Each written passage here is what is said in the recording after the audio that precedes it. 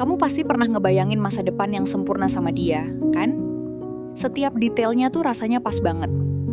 Mulai dari kencan pertama yang canggung tapi manis, obrolan seru sampai lupa waktu, sampai janji-janji yang kedengerannya indah banget di telinga. Tanpa sadar, kamu membangun sebuah gambaran ideal tentang dia dan hubungan kalian di dalam kepalamu. Tapi, seiring waktu berjalan, kamu mulai ngerasa ada yang aneh. Kamu mulai bertanya-tanya, tunggu ini siapa ya? Dia terasa beda. Sisi-sisi dirinya yang enggak pernah kamu lihat sebelumnya, sekarang mulai muncul satu persatu. Romantismenya yang dulu membara kini mulai meredup, kesabarannya menipis, atau mungkin prioritasnya sudah bukan kamu lagi. Gambaran sempurna yang susah payah kamu bangun itu mulai retak. Dan kamu berdiri di tengah-tengah keretakan itu, merasa bingung, kecewa, dan mungkin merasa dikhianati. Pernah nggak sih kamu ada di posisi ini? Kalau iya, kamu nggak sendirian. Rasa kecewa dan bingung itu manusiawi banget. Rasanya kayak lagi mimpi indah. Tiba-tiba dibangunin paksa. Tapi, sebelum kamu mikir buat menyerah atau pasrah dalam diam, video ini akan bantu kamu melihat situasi ini dari sudut pandang yang baru. Kita akan belajar bareng cara mengubah rasa kecewa jadi fondasi untuk hubungan yang lebih kuat dan, yang terpenting, lebih nyata. Di akhir video ini, kamu bakal tahu langkah apa yang harus diambil saat dia nggak seperti yang kamu kira. Dan gimana caranya menemukan kembali kebahagiaanmu, entah itu bersamanya atau untuk dirimu sendiri. Kenapa sih ini bisa terjadi? Bongkar akar masalahnya. Sebelum kita lompat ke solusi, kita perlu jujur dulu sama diri sendiri dan ngerti. Dari mana sebenarnya rasa kecewa ini datang, kita seringkali mikir, masalahnya 100% ada di pasangan kita yang berubah. Padahal, kenyataannya sedikit lebih rumit dari itu. Akar masalahnya seringkali cuma satu. Adanya jurang pemisah antara ekspektasi dan realita. Ekspektasi itu harapan kita tentang bagaimana sesuatu seharusnya berjalan.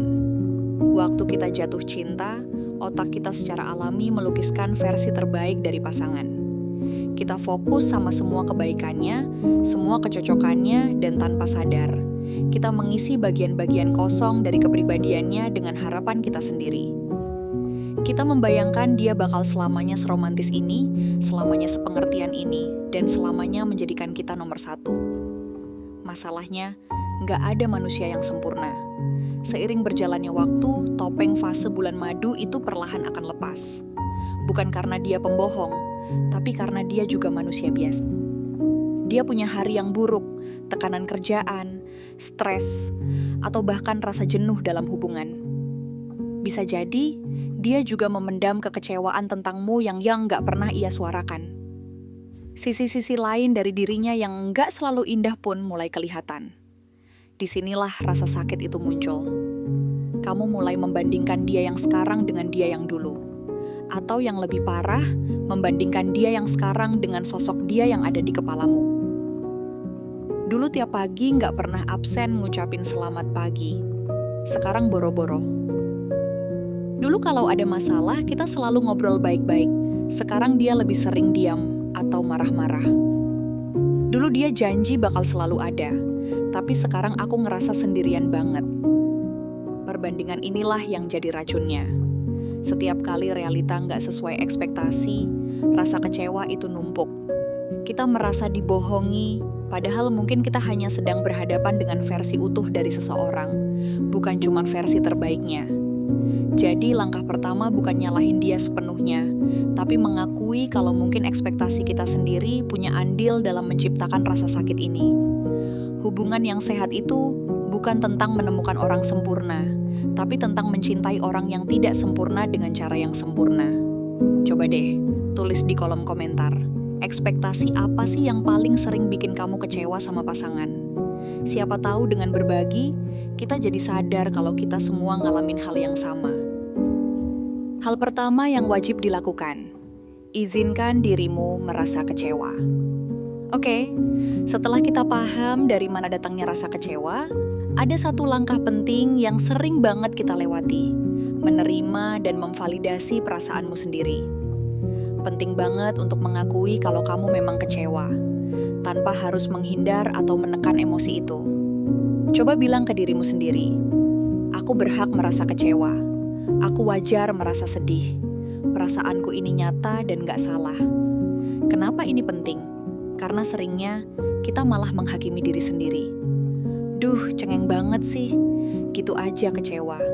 Atau harusnya aku lebih ngertiin dia dong. Menekan perasaan kayak gitu cuma bakal bikin emosimu jadi bom waktu. Luka yang dipendam cuma bakal bikin hati makin sakit dari waktu ke waktu. Jadi, izinkan dirimu untuk merasakan semuanya. Kalau kamu mau marah, marahlah, tapi jangan merusak ya. Kalau mau sedih, menangislah sepuasnya. Kamu bisa coba ambil waktu buat menenangkan diri. Lakukan aktivitas yang bisa mengalihkan pikiranmu sejenak, misalnya jalan-jalan ke tempat yang tenang, atau tekuni lagi hobimu. Salah satu cara paling ampuh adalah dengan menuliskannya. Ambil jurnal atau catatan, dan tumpahkan semua unek-unekmu di sana. Tulis semua kekecewaanmu, kebingunganmu, tanpa sensor. Menulis itu bantu memproses emosi yang tadinya ruwet di kepala jadi sesuatu yang lebih jelas. Selain rahasia aman, menulis curhatan juga bisa menetralisir perasaan negatif. Ingat, tujuan fase ini bukan buat berlarut-larut dalam kesedihan. Tujuannya adalah untuk mengeluarkan racun emosional dari sistemmu, biar kamu bisa mikir lebih jernih untuk langkah selanjutnya. Kamu nggak bisa menyelesaikan masalah dengan kepala penuh amarah dan hati yang terluka. Jadi tenangkan dirimu dulu baru kita cari solusinya. Solusi praktis, 5 langkah. Mengubah kecewa jadi kekuatan. Nah, setelah hatimu sedikit lebih adem dan kepalamu lebih dingin, sekarang waktunya kita masuk ke langkah-langkah praktis. Apa yang harus kamu lakukan? Ini dia 5 langkah yang bisa memandumu mengubah kekecewaan jadi sumber kekuatan baru dalam hubungan. Langkah 1, ajak ngobrol pakai komunikasi jembatan, bukan tembok. Ini langkah paling menakutkan, tapi juga paling penting. Kamu harus bicara sama dia. Tapi caranya harus benar. Hindari memulai percakapan dengan tuduhan kayak, kamu tuh berubah banget, atau kamu nggak kayak dulu lagi. Kalimat kayak gitu cuman bakal bikin dia defensif dan membangun tembok di antara kalian. Gunakanlah komunikasi jembatan. Mulai dari perasaanmu pakai kalimat, aku merasa. Contohnya, bukan, kamu sekarang cuek banget nggak pernah nanyain kabarku.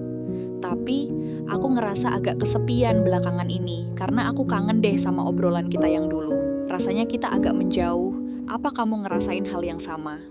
Lihat bedanya, kan? Yang pertama itu serangan, yang kedua adalah undangan untuk diskusi. Jujur dan terbuka soal perasaanmu itu kunci buat ngembaliin pemahaman. Setelah kamu jujur, kasih dia ruang buat merespons. Dengarkan sudut pandangnya tanpa motong omongannya. Siapa tahu dia lagi stres berat di kantor, atau mungkin ada perilakumu yang tanpa sadar menyakitinya. Menjadi pendengar yang baik akan membuka pintu ke akar masalah yang sebenarnya. Langkah 2, ingat lagi sisi baiknya dia. Saat kita kecewa, gampang banget buat fokus cuma ke kesalahan pasangan. Kita seolah-olah pakai kacamata yang cuma bisa melihat semua hal negatif tentangnya. Biar seimbang, coba deh sengaja luangkan waktu buat mengingat kembali kebaikan-kebaikannya. Coba jawab pertanyaan ini dalam hatimu. Apa 3 hal yang bikin kamu jatuh cinta sama dia waktu pertama kali ketemu? Kapan terakhir kali dia melakukan sesuatu yang bikin kamu senyum?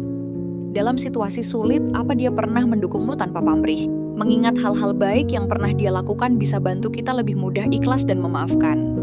Ini bukan berarti menyangkal masalah yang ada ya, tapi ini untuk mengingatkan dirimu sendiri bahwa orang yang bikin kamu kecewa ini adalah orang yang sama yang pernah bikin kamu sangat bahagia. Ini membantu kita melihat gambaran yang lebih utuh dan adil. Langkah 3, turunkan ekspektasi, naikkan apresiasi. Seperti yang kita bahas di awal, ekspektasi yang enggak realistis itu sumber utama kecewa. Mungkin ini saatnya kamu evaluasi lagi ekspektasimu. Apa kamu berharap dia bisa baca pikiranmu? Apa kamu berharap dia nggak pernah bikin salah? Apa kamu berharap dia selalu punya energi 100% buat kamu setiap saat? Daripada fokus pada apa yang tidak dia lakukan, Coba deh mulai mengapresiasi apa yang dia lakukan, sekecil apapun itu. Misalnya, mungkin dia nggak lagi ngasih bunga setiap minggu, tapi apa dia selalu mastiin kamu sampai rumah dengan selamat?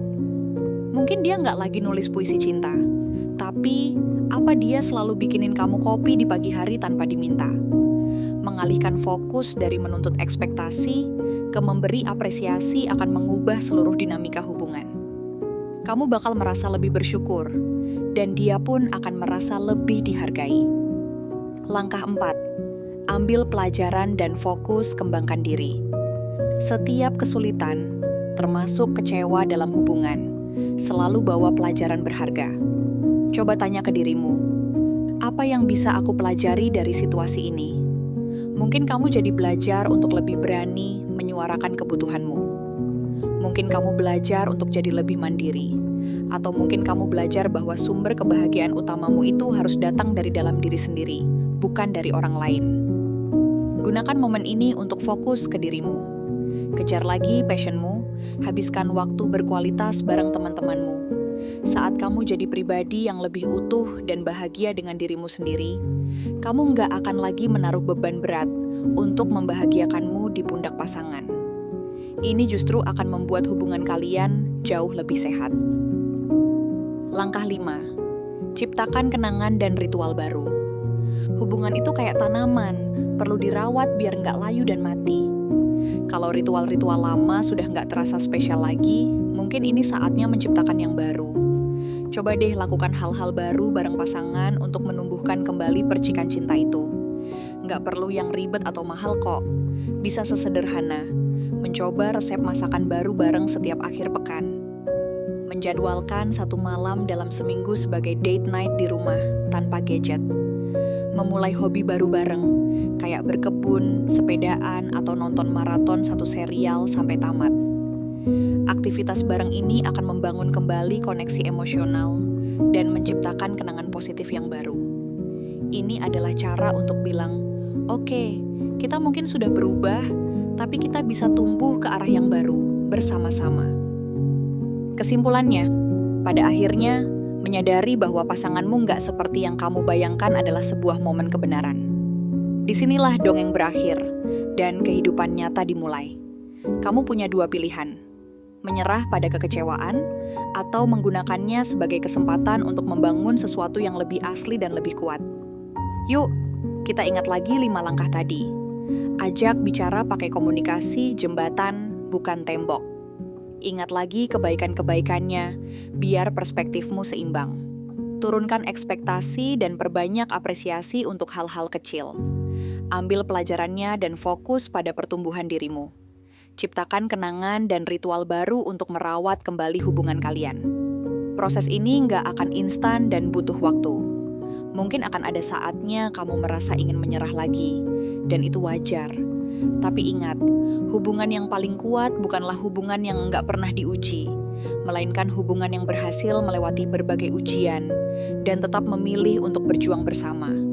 Semoga video ini memberimu kekuatan dan kejernihan untuk mengambil langkah selanjutnya. Kamu lebih kuat dari yang kamu bayangkan. Terima kasih sudah nonton sampai habis. Kalau kamu merasa video ini bermanfaat, jangan lupa klik tombol like dan subscribe ya, biar kamu nggak ketinggalan konten-konten lain seputar hubungan dan pengembangan diri. Bagikan juga video ini ke temanmu yang mungkin lagi butuh ini.